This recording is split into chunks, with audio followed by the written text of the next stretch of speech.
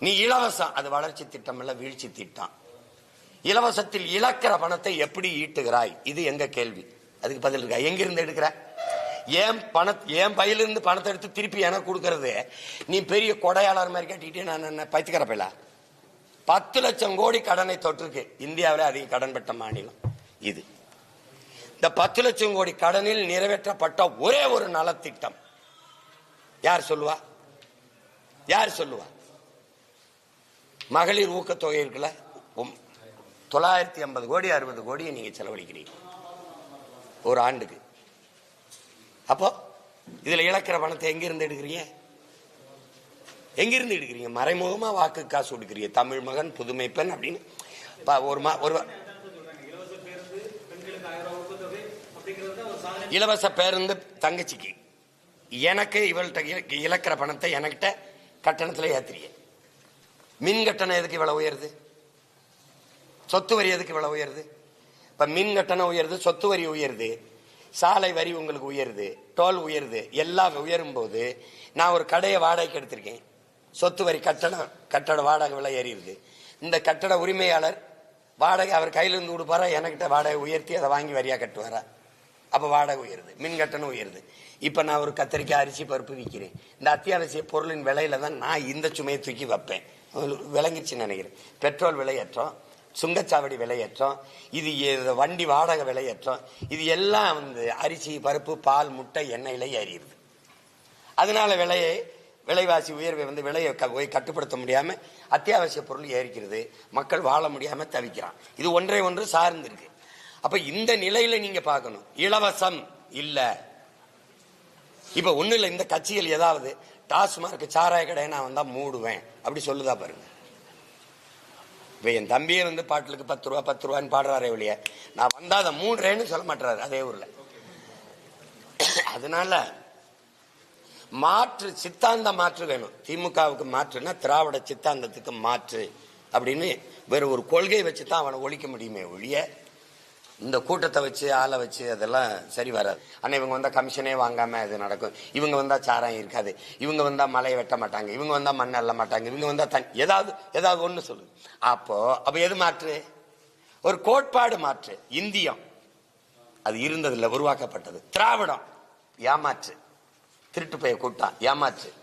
அப்ப தமிழன் நான், இது 2 கோட்பாடும் போயிடா. நாம தமிழன், தேசம் தமிழ் தேசம், நாடு தமிழ் தேசம்.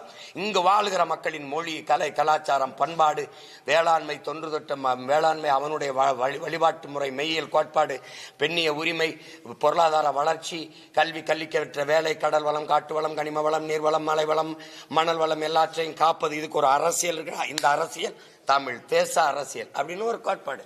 அதுக்கு மாற்று இதுதானே இருக்க முடியும்.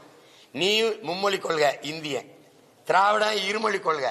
எனக்கு கொள்கை மொழி ஒரே மொழி தமிழ், பயன்பாட்டு மொழி, கட்டாய பாடமொழி ஆங்கிலம். உலகின் எல்லா மொழியும் எங்கள் விருப்ப மொழி. விரும்பினால் தேவைப்பட்டால் கற்போம். இந்திய, தெலுங்க, உருத, மலையாளத்தை, கன்னடத்தை, பிரெஞ்ச, ஸ்பானிஷ, எது வேணுமோ கத்துப்போம். ஆனால் தமிழ் பயிற்று மொழி. இந்த கொள்கை யார் இருக்கா? இலவசம் அப்படின்ற ஒரு விஷயத்த தன்மான இழப்பா பார்க்கக்கூடிய தமிழ்நாட்டில் இருக்கக்கூடிய ஒரே ஒரு கட்சினா அது நாம் தமிழர் கட்சி மட்டும்தான். இந்த இலவச திட்டங்களுக்கு எதிராக தன்னோட குரலை ஓங்கி ஒலிக்கக்கூடிய ஒரே ஒரு நபர்னா அது நாம் தமிழர் கட்சியோட தலைமை ஒருங்கிணைப்பாளர் செந்தமிழன் சீமான் அவர்கள் மட்டும்தான். இப்படி இருக்கக்கூடிய சூழல்ல தமிழகத்துல புதுசா ஆட்சி அமைச்சிருக்கக்கூடிய தாவேகா கட்சியானது சட்டமன்றத்துல தங்களோட முதல் பட்ஜெட் தாக்கல் செஞ்ச நிலைமையில இந்திய அரசோட அனுமதியோட தான் கடன் வாங்குறோம், அடுத்த 50 ஆண்டுகளுக்கு கடன்களை குறைக்க முடியாது, ஆண்டுக்கு அதிகரித்து கொண்டேதான் செல்லும் அப்படின்னு தெரிவிக்கப்பட்டிருக்கு. பட்ஜெட் தாக்கலுக்கு பிறகு பேசின நிதித்துறை செயலாளர் சித்திக் அவர்கள் இந்த விஷயத்தை தெரிவிச்சிருக்காரு. இப்படியான சூழல்ல சீமான் அவர்கள் பேசின ஒரு வீடியோவானது தற்போது சமூக வலைதளங்கள்ல வைரலாகி வந்துட்டு இருக்கு. அதாவது இலவசத்துல இருந்து இழக்கக்கூடிய பணத்தை எங்க இவங்க ஈடுகட்டுறாங்க அப்படின்றதுதான் என்னோட கேள்வியா இருக்கு அப்படின்னு சீமான் அவர்கள் கேட்கிறாரு. இப்படி மக்களுக்கு இலவசம் கொடுக்க இந்த பணத்தை எங்க இருந்து ஈடா பெறுவீங்க அப்படின்றதான் அப்படின்றதான் என்னோட கேள்வியா இருக்கு. இப்படி இலவசம் கொடுக்க கொடுக்க மின் கட்டணம், சொத்து வரி உயர்வு போன்ற விஷயங்கள்னால மக்கள் பாதிக்கப்படுவாங்க. இப்ப நான் ஒரு வீட்டுல வாடகைக்கு இருக்கேன்னா, நீங்க மின் கட்டணம், சொத்து வரியை உயர்த்திட்டீங்கன்னா அந்த வீட்டோட ஓனர் அவரோட கை காசை போட்டு இந்த வரி உயர்வை சமாளிப்பாரா, இல்லாத என்கிட்ட இருந்து வாங்குவாரா? அப்ப நான் அந்த இடத்துல பாதிக்கப்படுறேன். இதே போல நான் காய்கறி, அரிசி, பருப்பு போன்ற விஷயங்களை விக்கிறேன். இப்படி விற்கும் போது சுங்கவரி உயர்வு, பெட்ரோல், டீசல் வரி உயர்வு போன்ற விஷயங்கள் என்ன பாதிக்குது அப்படின்னு போது அந்த அடிப்படை தேவையான காய்கறி, அரிசி, பருப்பு போன்ற விஷயங்கள்ல நான் விலையை ஏத்தி விட்டுருவேன். இதனால மக்கள் பாதிக்கப்படுறாங்க. எனவே இந்த இலவச திட்டங்களை ஈடுகட்டுறதுக்காக வரி விதிப்பு, அத்தியாவசிய தேவைகள் போன்ற விஷயங்கள்ல விலையேற்றம் செய்யப்படுது. இது ஏத்துக்கொள்ளவே முடியாது. ஒரு மாநிலத்தோட வளர்ச்சி கடன் வளர்ச்சி அப்படின்னு எப்பவுமே இருக்கக்கூடாது. இப்படி கடன்களை வாங்கி கொண்டே போவது ஒரு மாநிலத்திற்கு நல்லதா தெரியல. மக்களுக்கு எது தேவையோ அதை அந்த மாநிலமே முடிஞ்சளவு தயாரித்துக் கொள்ளணும். ஒரு தற்சார்பு பொருளாதாரம் கொண்ட மாநிலமா மாறணும் அப்படின்றதுதான் சீமான் அவர்களோட கருத்தா இருக்கு. இப்படி இலவசங்களை கொடுக்கக்கூடிய கட்சிகள்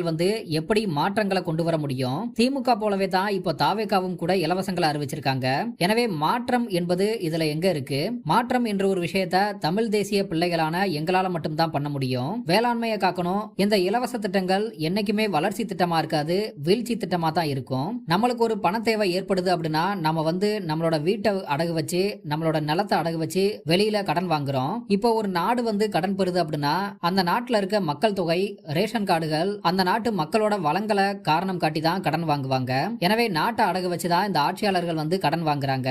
ஒரு தனிநபரோட கடன் தொகையானது இதனால ஏறிக்கொண்டே போகுது. எனவே இந்த இலவச திட்டங்கள் என்னைக்குமே அருவருக்கத்தக்கதுதான். இந்த திட்டங்களை நாம் தமிழர் கட்சி எப்போதுமே ஏற்காது அப்படின்னு சீமான் அவர்கள் தன்னோட கருத்தை தெரிவிச்சிருக்காரு.